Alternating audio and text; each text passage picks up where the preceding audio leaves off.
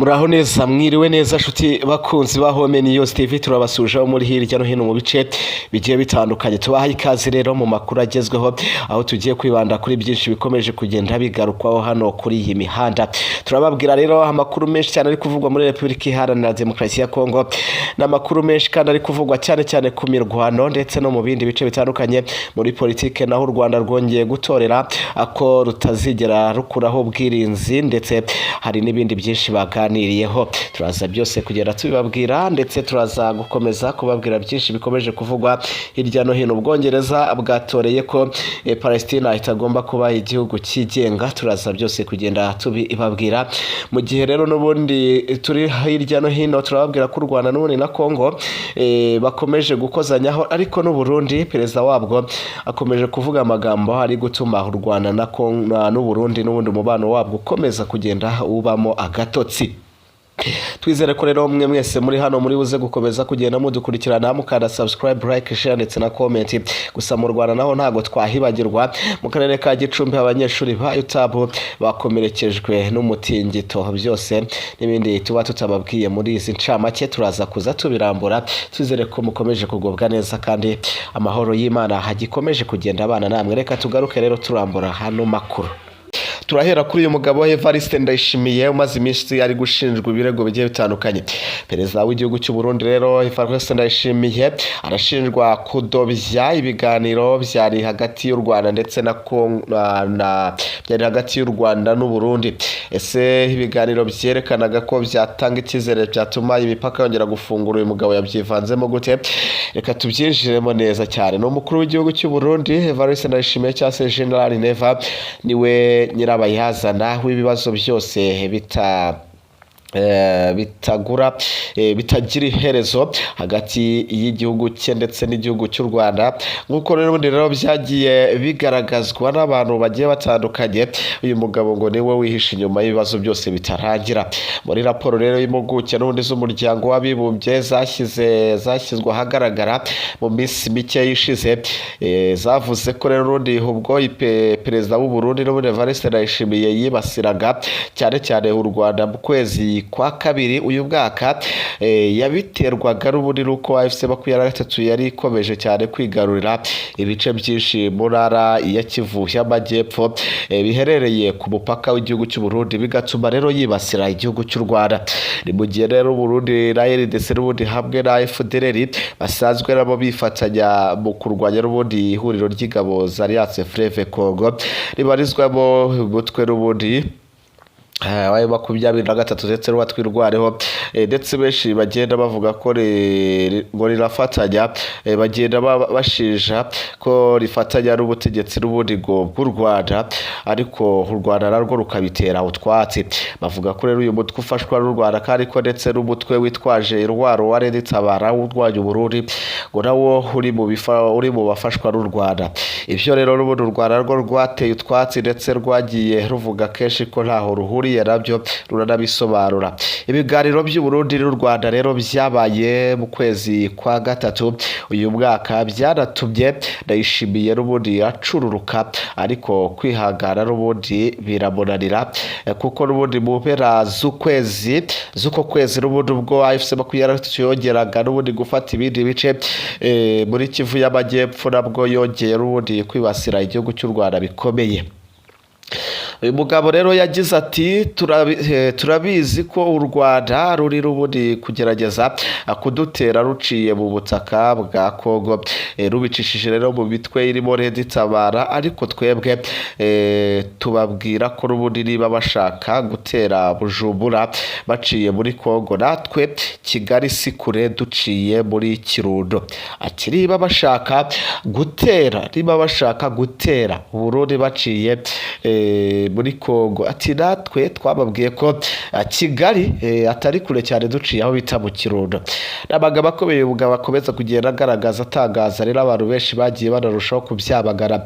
Impuguke rero ubundi za Loni zivuga ko kuva Ndayishimiye n'ubundi atangaje ibyo byose mu ntangiriro z'ukwezi kwa kane yohereje n'ubundi abasirikare benshi cyane bari hagati bibuze y'ibihumbi 7 n'ibihumbi 9 muri Kivu y'Amajyepfo kugira bakomeze barinde imipaka cyangwa se barwanyiriza umutwe wa 23 kure kugira gutegera imipaka yabo. ni nayo mpamvu rero mubona bakomeje kugenda beregereza ingabo nyinshi mu Burundi, cyane cyane ingabo nyinshi zirurwa muri Uvira kugira ngo uyu mutwe wayo 23 utaza kwifatira ibice byinshi by'Umurenge ndetse na Uvira bifite aho bihuriye n'imipaka y'u Burundi. Bituma rero n'ubundi iyi mitwe yatwirwara irushaho kugenda yamagana n'ubundi irakumira n'ubundi zirangabo z'u Burundi zikomeza gusukwa hariya ku bwinshi, ndetse bazishija gushaka kumaraho abaturage bo mu bwoko bw'abanyamurenge. Ingabo z'u Burundi rero n'ubundi zikorana bihoraho n'iza RDC n'imitwe yitwaje intwari irimo Wazalendo ndetse na FDLR urimo ndetse abasizi bakoze jenoside yakorewe abatutsi mu Rwanda mu 1994. Mu kwezi kwa gatatu kandi intumwa z'u Rwanda n'iz'u Burundi zikorera n'ubundi mu nzego z'umutekano n'ubutasi zahuye inshuro zigera kuri 2 ziganira ku buryo zakwifatanya n'ubundi mu gukumira ibyahungabanya umutekano w'ibihugu byombi. Icyo gihe rero n'ubundi Minisitiri w'Ububanyi n'Amahanga w'u Rwanda bwana Ambassadeur Olivier Nduhungirehe cyangwa se Dr Ambassadeur Olivier Nduhungirehe yatangaje ko rero hari guterwa intambwe nziza ishobora gutuma u Rwanda n'u Burundi byongera n'ubundi kubana neza, kuko yagize ati u Rwanda n'u Burundi biri gutera intambwe nziza yo guhagarika n'ubundi ubushyamirane kumvikana mu gihe n'ubundi ibiganiro bikomeje hagati y'abayobozi bo mu mpande zombi. Nyuma rero hahise n'ubundi habaye icyizere ko Perezida w'u Burundi hatazongera kwibasira igihugu cy'u Rwanda nk'uko yabigeje mu mpera z'umwaka ushize ubwo yarukangishaga n'ubundi kugira umugambi wo gukuraho n'ubundi ubutegetsi bwarwo akanarushinja gushaka gutera igihugu cyangwa se cye. Igitangaje n'ubundi ngo hadaciye kabiri n'ubundi yahise yongera kwibasira u Rwanda kubi cyane. Aragaragaza ko rero n'ubundi Abarundi biteguye ngo guhangana n'u Rwanda. Gusa Nduhungirehe we yarabyirengagije ntiyagira amagambo baba batangaza, ndetse agenda avuga ko ibyo batangaza ku Rwanda ndetse rwifuza kubana mu mahoro n'u Burundi ibyo bavuga byose. Ariko avuga ko buri gihe n'ubundi iyo hari guterwa intambwe nziza Ndayishimiye ahita bidobya yifashishije n'ubundi ibiganiro mu bitangazamakuru, ibiganiro bikurura umwuka mubi. Evariste Ndayishimiye rero n'ubundi bakomeza bavuga ko cyasuye Olivier Nduhungirehe akomeza agira ati iyo n'ubundi uvuze ngo u Rwanda rushaka gutera u Burundi ibyo ntabwo bishingiye ku kuri, n'Abarundi barabizi. Twifuza ko izo mvugo zagabanuka burundu cyangwa se zikagenda zigabanywa ku ruhande rw'u Burundi, hanyuma tugakomeza gufatanya igihe nikigera umutekano n'umubano w'u Burundi uzongera ugaruke.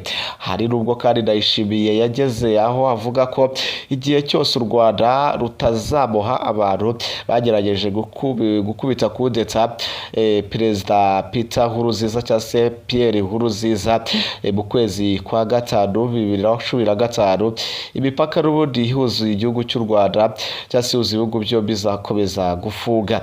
Pierre Nkurunziza rero ubundi niwe Ndayishimiye yasimbuye ku butegetsi. Gusa imipaka y'u Burundi yafunzwe muri 2015 ifungwa n'ubundi kudeta yakozwe muri 2015, ariko imipaka ifungwa muri 2022 yongera n'ubundi no gufungwa mu kwezi kwa mbere umwaka wa 2024. Hari nyuma yaho n'ubundi mutwe wa Red Tabara ugabye igitero muri zone yaho bita Gatumba mu ntara n'ubundi ya Bujumbura hafi y'umupaka w'igihugu cy'u Burundi ndetse na Kongo. Biracyagaragara ko rero impande zombi zigikomeje kugenda zihangana cyangwa se zigikomeje kugenda zikora ibitsa no guterana amagambo. Gusa ku ruhande rw'u Burundi nirwo ruri kumvikana cyane nirwo rugera rwumvikana rugaruka ku magambo menshi agaragara asa naho arimo arashaka navuga ngo kudobya umubano uba wari umaze kugerwaho. Muri RDC rero cyangwa se muri Repubulika Iharanira Demokarasi ya Kongo haracyavugwa ibindi byinshi. Repubulika ya Demokarasi ya Kongo irimo iracyashinjwa n'ubundi ibindi byinshi kubera ko u Rwanda narwo rwarakaye. U Rwanda rwarakaye rwavuze ko igihe cyose hatarakurwaho cyangwa se hatarasenywa umutwe wa FDLR narwo nta bwirizi bazigera bakuraho. Ibi rero bikomeje kugaragaza uko intambwe yari irimo iraterwa iri kugenda isubira inyuma. Rero impande zombi ibone ko zirimo ziragera rwose zica amasezerano zagiranye Washington.